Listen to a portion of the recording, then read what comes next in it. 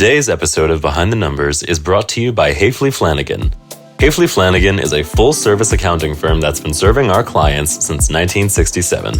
We are not your typical accounting firm. Our services extend well beyond tax and audit to include valuation services, strategic and succession planning, leadership development, and more. When you work with Haefele Flanagan, we help you realize your long-term goals. Learn more at hfco.com or call 856-722-5300.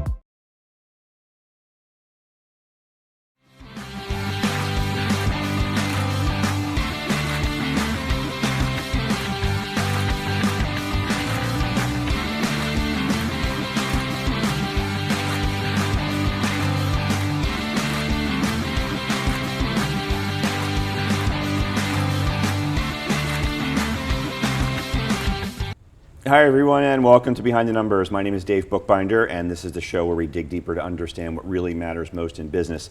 Today we're going to be talking about creating a saleable business, and I am pleased to welcome Jim Haefele, who is a partner and a visionary at Haefele Flanagan. Jim, welcome to Behind the Numbers. Dave, thank you so much. I really appreciate you having me here, and I'm hoping to use Behind the Numbers to launch my television career. It's going to be Behind the Numbers, Squawk Box, Mad Money, and then Jimmy Fallon. Nice. I'm right there with you on late night, and many guests on this program have done exactly what you did, so you're in good hands here. So, Dave, you know how I know you're not telling the truth? How's that? Because I think you go to bed before late night TV comes on. I can't believe I know enough about you to know that. We're actually recording this, aren't we, folks? Okay. Somebody's going to regret this. It may be me. Let's get serious for just a second. Tell the audience a little bit about who you are and who you serve at Haefele Flanagan. I am Jim Haefele. I am a partner, like you said, and the visionary at Haefele Flanagan, and we are a certified public accounting and consulting firm who serve mostly the lower and middle market and entrepreneurs. And I like to say we're not your traditional CPA firm, and we're not your grandmom or grandpop's CPA firm. We are what I call ourselves problem solvers. We really want to be the first point of contact for our clients, no matter what the problem is, whether it's big or small. And a lot of times we may or may not have the solution, but we are certainly going to help our clients find the solution to whatever issue they may be having. Yeah. So we really are, again, I'd say our clients' partners in a lot of respects. I mean, we got to be careful with independence rules for compliance reasons, but other than that, we really try to look to be an extension of our clients. Yeah, and that's a great philosophy. And you're here today to talk about creating a saleable business. So there's a lot of things that you do to help your clients, but one of the biggest challenges and opportunities that your clients face is the sale of their business. Yep. So let's talk about that. When do clients first approach you about the notion of selling their companies? So it's changed a lot since once I first started my career. I probably spend I'd say at least half my time now dealing with mergers and acquisitions, and we've built out a niche sell-side practice. You know, if I thought about it more, we probably would have tried to do more of a buy-side because you have a recurring business model there. But we started really just with helping some of our clients that called us to say, hey, we're getting approached to sell our business. And in the beginning, really, it was more of a learning process for us to really help them best go through a sale. Now it's really evolved more into of us reaching out to our current clients and getting referred in to having people prepare way ahead of time. So it starts with a phone call, really, and a fact-finding mission of where people are in the life cycle of their business. Yeah, you talk about preparing ahead of time. I was just at an event the other day. We were talking about exit readiness. The panel was talking about when companies should be preparing. What are you telling your clients about when they should start to think about selling their companies? I'd say day one from when they create the company. I know that's not realistic, but if at some point you're going to have a transition of your business, whether it's going to be to another family member, to your employees, or to an outside company or to a public company, and in my opinion, if you go in with that mindset from day one, you're going to be best positioned to sell your company. But it should be at a minimum of 3 years prior to any transaction, at an absolute minimum. But I'm serious when I say the longer time horizon you have to prepare, the more prepared you're going to be. Yeah, one of the panelists said something that really resonated with the entire audience who was in attendance, and he said that you may not be for sale, but you can always be bought. So the idea is be sale ready. So when you're advising your clients to think about this a couple of years ahead of time, what's behind that, Jim? So I'm going to answer that, but whoever said that, it was right on point, because I'd say even 20 years ago, the lower middle market, there wasn't an easy path for a sale. Private equity firms, and there's thousands of private equity firms now, have created just an enormous opportunity for small and mid-sized businesses to exit. And our clients get called weekly about selling. So even the ones that aren't for sale are potentially going to sell in the near term. And a life cycle of a client isn't what it used to be, and a life cycle of a business isn't what it used to be, because there's a market now for people to exit. So what do we tell them when they call? That was the question, right? Yeah, what's behind the runway of 3 years to be prepared, minimum? So it starts with looking at the company's balance sheet and income statement and making sure there's not a lot of noise in their financials. And a lot of people that are either aware or unaware of what's going on in financials really think about people running their lifestyle through their business. And there's still some of that, but realistically our client base is on the larger side, and we don't have a lot of people trying to run their lifestyle through or take a bunch of tax deductions. That really doesn't happen as much as it used to, just because of where we're at in the world now. So it's really more about making sure things are classified properly, making sure people are maximizing their gross profit percentage, making sure people have the right amount of inventory if they happen to have inventory, making sure they're keeping track of the receivables, that their receivables are current, that they're properly looking at if there are potential bad debts, if there's any contingent liabilities that they may need to address. So getting the noise out of the financial statements is really where it starts. Yeah, it's interesting that you say that you're seeing that clients really aren't running their so-called lifestyle through the business. In my world, in valuation consulting and working with entrepreneurs and privately held companies, I'm still seeing a decent amount of that. And I've always advised clients when they're thinking about a sale, just to remember that it's a process. Yes, there's an event at the end, it's the transaction, but you need to be sale ready. And that's what we're talking about here, becoming a saleable business. So talk a little bit about why it's so important to have good financials as opposed to getting to a diligence phase and then starting to talk about the noise and the normalizing adjustments that have to happen to get a true picture. Yep. Well, as doing valuations, one of the things you have is add backs and normalization adjustments. And they're basically non-recurring items that are in your income statement, or items that aren't pertinent to the operation of the business that you want to carve out to make your profitability higher. And the multiple that's discussed all the time is EBITDA now. Earnings before interest, taxes, depreciation, and amortization.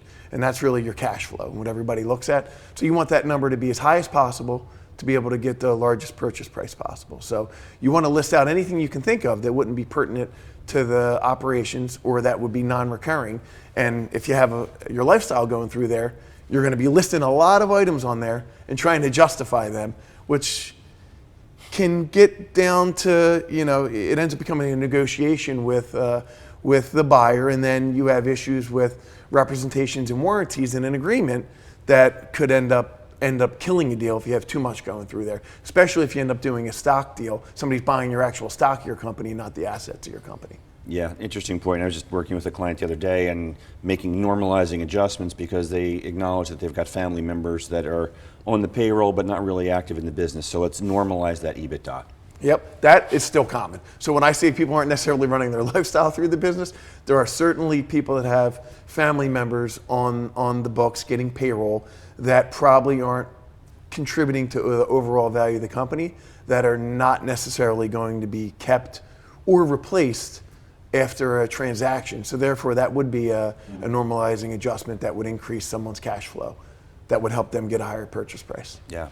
Jim, when people approach you about helping to sell their company, obviously there's a monetary component there, but is there something that's bigger when you think about, is it legacy?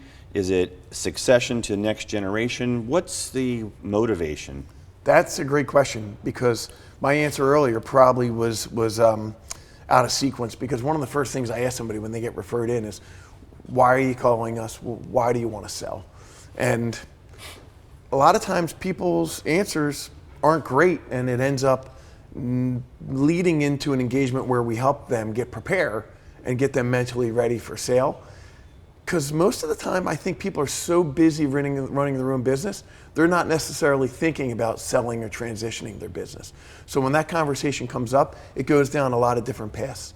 Some people want the most net proceeds, the most money after the sale. Some people want to create a legacy. Some people want to reward their loyal employees. So I think the initial conversation, a lot of people say, well, I want the most money. But most of the surveys that you look at, I think it ends up being 75% or 80% of the time when business owners think about it, that's not the number one answer. It's not the net proceeds or the most money they could get. It ends up being something else like creating a legacy. Yeah, and I always tell clients when they're asking me about the sale of their company and talking about maximizing valuation, that it's not about getting the last nickel, but if you get a fair and reasonable valuation, and you've got a good wealth manager, for example, you can manage your financial future and live quite well and then move on to do other things. Yep. Jim, for folks who are watching and listening and want to learn more about you or how they can work with you, what's the best way to get in touch? Best way to get in touch with me is either go to our website, which would be www.hfco.com.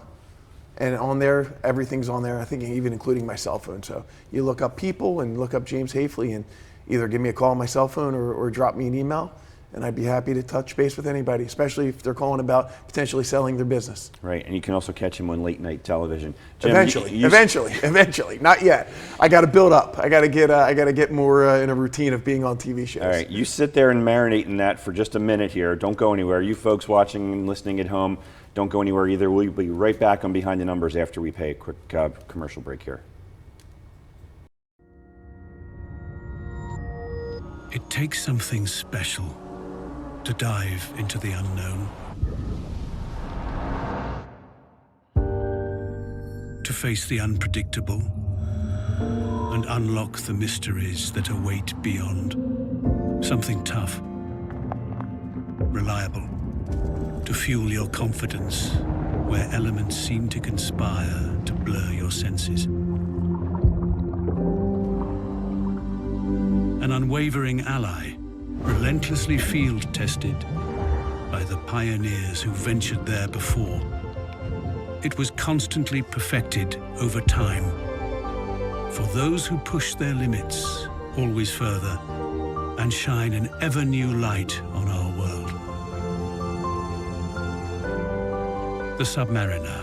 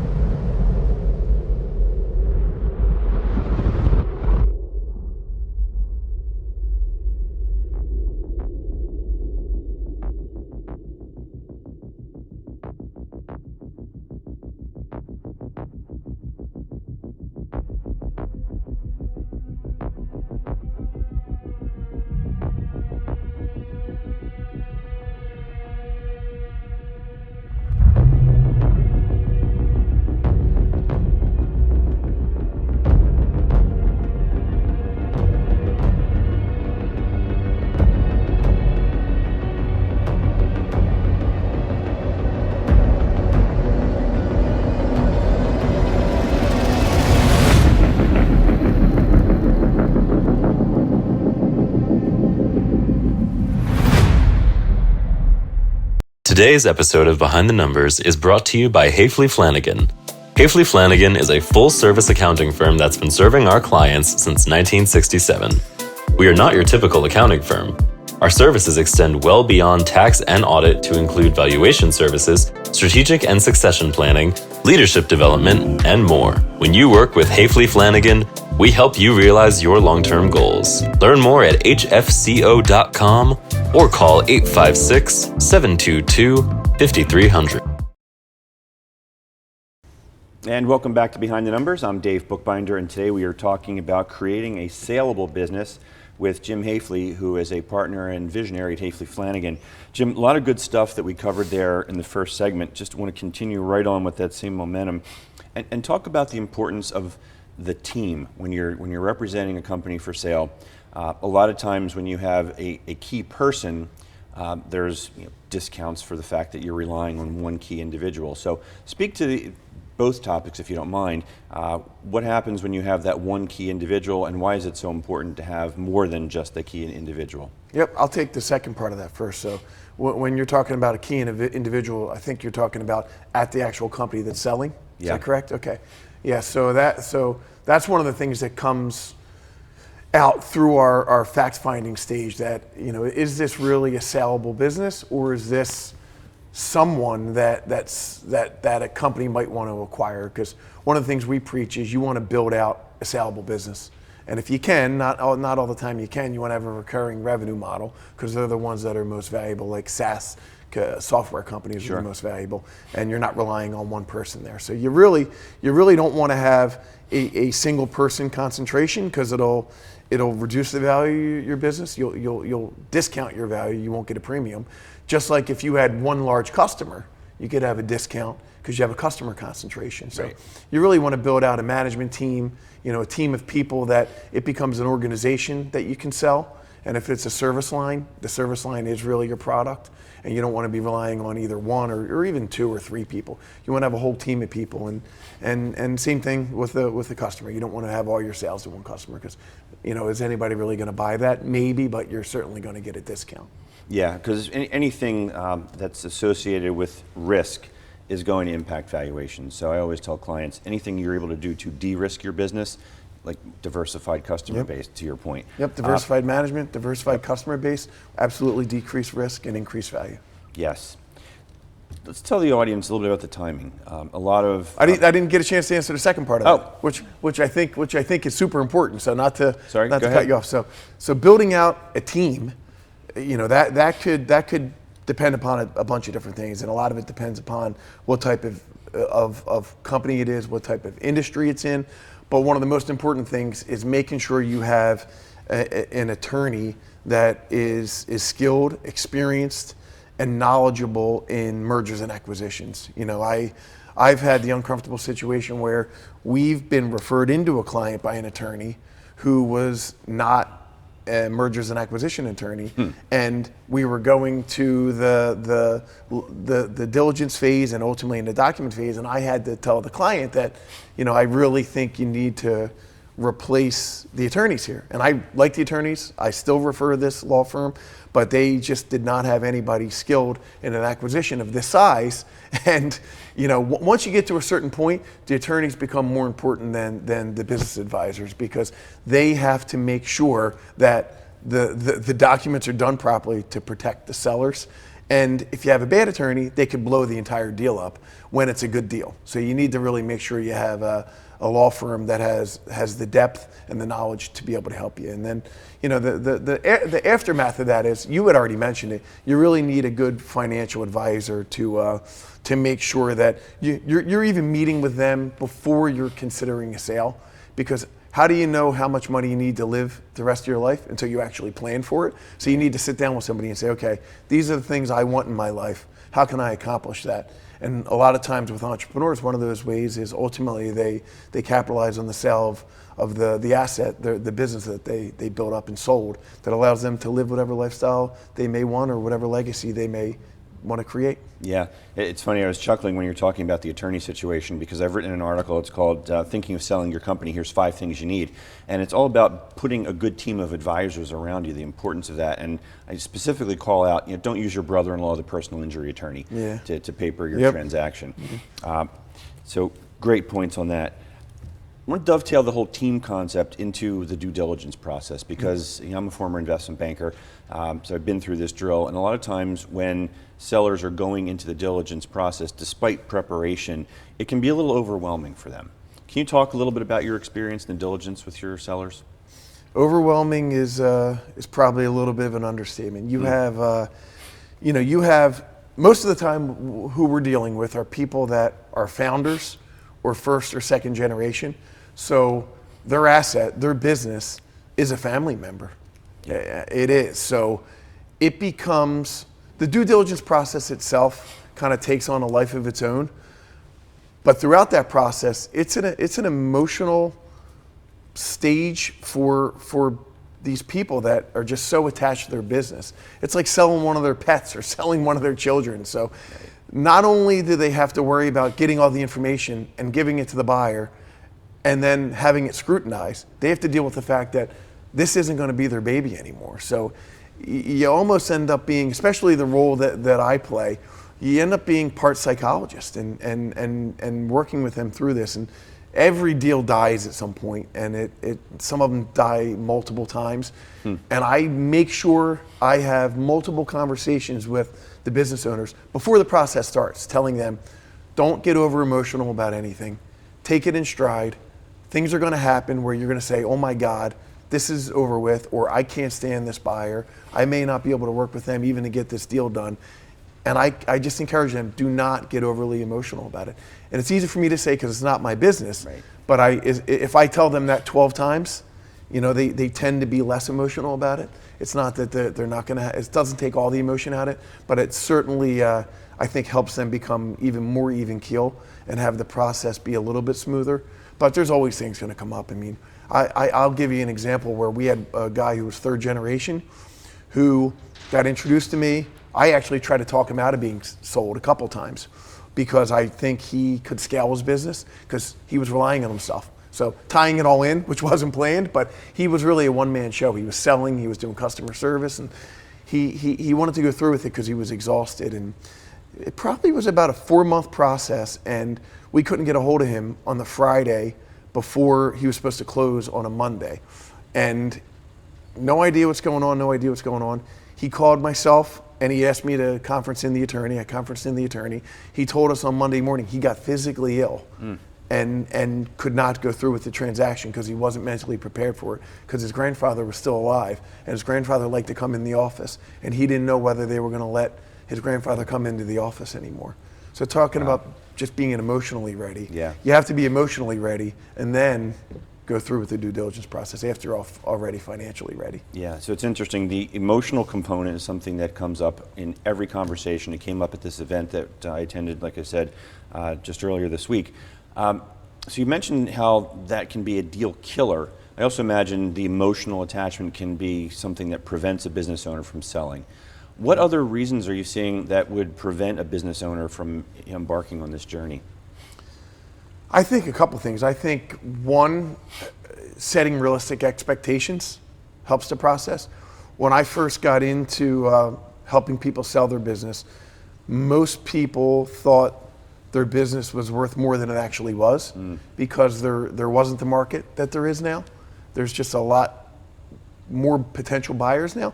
Now it's actually a little different. Most people think their company's probably worth less than it is, although it could be shifting now with what's going on with interest rates in the world. So, I just think going in and having a conversation with people and trying to find out why are they doing it and how much money do they need, are they gonna have enough money to live the rest of their life? That eliminates some of the obstacles. There's some things you can't eliminate. You could be having a client that the real estate's integral to the operations. And in New Jersey especially, there could be an environmental issue that could end up killing a deal because you can't get clean title to the property. There could be issues where there's employment issues that weren't known about because they didn't have right documentation on people. I mean, there are so many things that can kill a deal. That's why getting ready and being prepared and having someone like myself or a good merger and acquisition attorney asking these questions ahead of time allow people to address these issues before they're found during due diligence. Because most problems, can be solved if you're prepared. If they come up during the due diligence phase, you could spook a potential buyer that can end up killing a deal. Yeah, Jim, for folks who are watching and listening and want to learn more about you or how they can work with you, what's the best way for them to get in touch with you? Best way is to go to our website at www.hfco.com. Look on people, find my name, and I believe my even my cell phone number is on there, and certainly my email address, and drop me a line. Great, thank you. You're talking about the environmental matter. It reminds me of earlier in my investment banking career, literally early on, literally counting the bonus dollars for a deal that's about to close, working a cordage and twine manufacturer that had been in business for 100 years, finally found a great buyer. As we're going into environmental due diligence, learned that they've been dumping toxic chemicals into the river behind them, whole deal cratered. So anything can happen. What other surprises have you seen, or what other surprises can you tell the audience to be mindful of as they're going down this path? Again, I think a lot of the surprises can be avoided by being prepared. Yeah. Even with that being said, typically something comes up. I mean, it's, you're going through tax diligence and something that you think could be minor. There's something called nexus in tax law, which is a nightmare now because there's everybody's heard of Wayfair. There's a tax court case that was brought about by against Wayfair about where you have to report and pay taxes, sales tax, income taxes. So now a lot of companies have nexus everywhere, meaning that if you have $1 of a sale in a state, you may have to file and pay taxes in that state. And if you have a larger buyer, a lot of times you're gonna have the other diligence company coming in and saying, hey, they didn't file taxes in 3 states. And in reality, it's probably immaterial to the transaction, but there's going to be things that come up that you have to deal with. And these are the things that if you know ahead of time, you can say, hey, there's potential issues where somebody didn't file an XYZ state, and you know what that means? That means $100 in unreported income taxes that you can provide a representation or a warranty against that if anything were to come up. Because again, there are going to be things. If I went in and looked at any company, even a public company, I think I could find something to pick apart just because there's so much going on that you can always find something. There's always going to be a surprise. It's just it's the unknown that happens while you're in the diligence phase that can really blow the transaction. It would be something material. Something immaterial like that is typically not gonna end up blowing up a deal. Yeah, that's a tweetable moment that you just said there. It's the unknown that can blow it up. It is. Yeah. It is. Talk to me a little bit about the family dynamics when you're working with a privately held company and you've got various family members. Presumably they all need to be in somewhat alignment when they're going to market, but that doesn't always happen. So one of the things we do at our firm is we focus on alignment, and it doesn't just have to be family members. It's making sure management teams are aligned. It's easier when they're not family members, which may or may not come as a surprise. If you have a management team that are unrelated, a lot of times it's not necessarily easier to get them to align, but if they're not aligned, it's easier to make changes. If you have family members that aren't aligned and cannot get aligned, that's where you can get into some issues of, is there a possibility to make a change? Is there a possibility for one person leaving the business? So it's much more difficult when it's family members because, if you're new to the client, there are things that happen at grandma's house 25 years ago that you have no idea why there could be tension. Right. If they've been our clients for 20 years, we may know some of that history, and that's why we're part psychiatrists sometimes. But the family dynamic certainly, I would say, makes it a little bit more challenging to make sure that they're aligned. If they're aligned, it's easy, and sometimes you have family members that really are aligned. They say, hey, we don't want to sell right now. We want to get prepared. We want to get as big as possible. We want to create a legacy, or we want to sell to our loyal employees, and I'd say that's more often than not nowadays because you can do transactions where you can make enough money where you don't have to sell to the big, gigantic company. There's ways to actually get enough money and keep it a local business. There's ways to do that now. Yeah. But that dynamic is interesting because there are so many times where you don't know what's going on. You don't know why there's tension in the room, and you have to ask questions, and they're uncomfortable, and you got to find out why there's tension in the room. And sometimes you gotta get out what the real issue is, and sometimes it's not business related. It's again something that happened at some family member's house years ago. Right. Yeah, I hear that quite a bit. You've got to get through that as a family so that for the next holiday dinner, everybody's still talking to each other. Yep, exactly. Jim, I could talk to you for another half hour, but unfortunately they gave me the sign that we're done, so I can't. So I want to thank you. I'll have to come back then. I definitely come back, and I want to thank you for joining us on Behind the Numbers today. Look for Jim Haefele on the Tonight Show. Eventually. After I'm here and getting more in a routine and getting more comfortable with it. There you go. He'll be in this chair next week, folks. We've been talking about creating a saleable business today, and my guest is Jim Haefele, partner and visionary at Haefele Flanagan. And that name may sound familiar because Haefele Flanagan is a sponsor of today's episode, so I want to thank them so much for sponsoring this episode of Behind the Numbers. My name is Dave Bookbinder, and I'm the one that my clients turn to when they want to know what their most important assets are worth. So if you're a business owner and you've enjoyed this conversation and don't know what your business is worth, we should have a conversation. You can find me on LinkedIn. Thank you out there for watching and listening. Can't do it without you. Crush that subscribe button. Stay in touch with all that we're up to. And we'll see you next time on Behind the Numbers.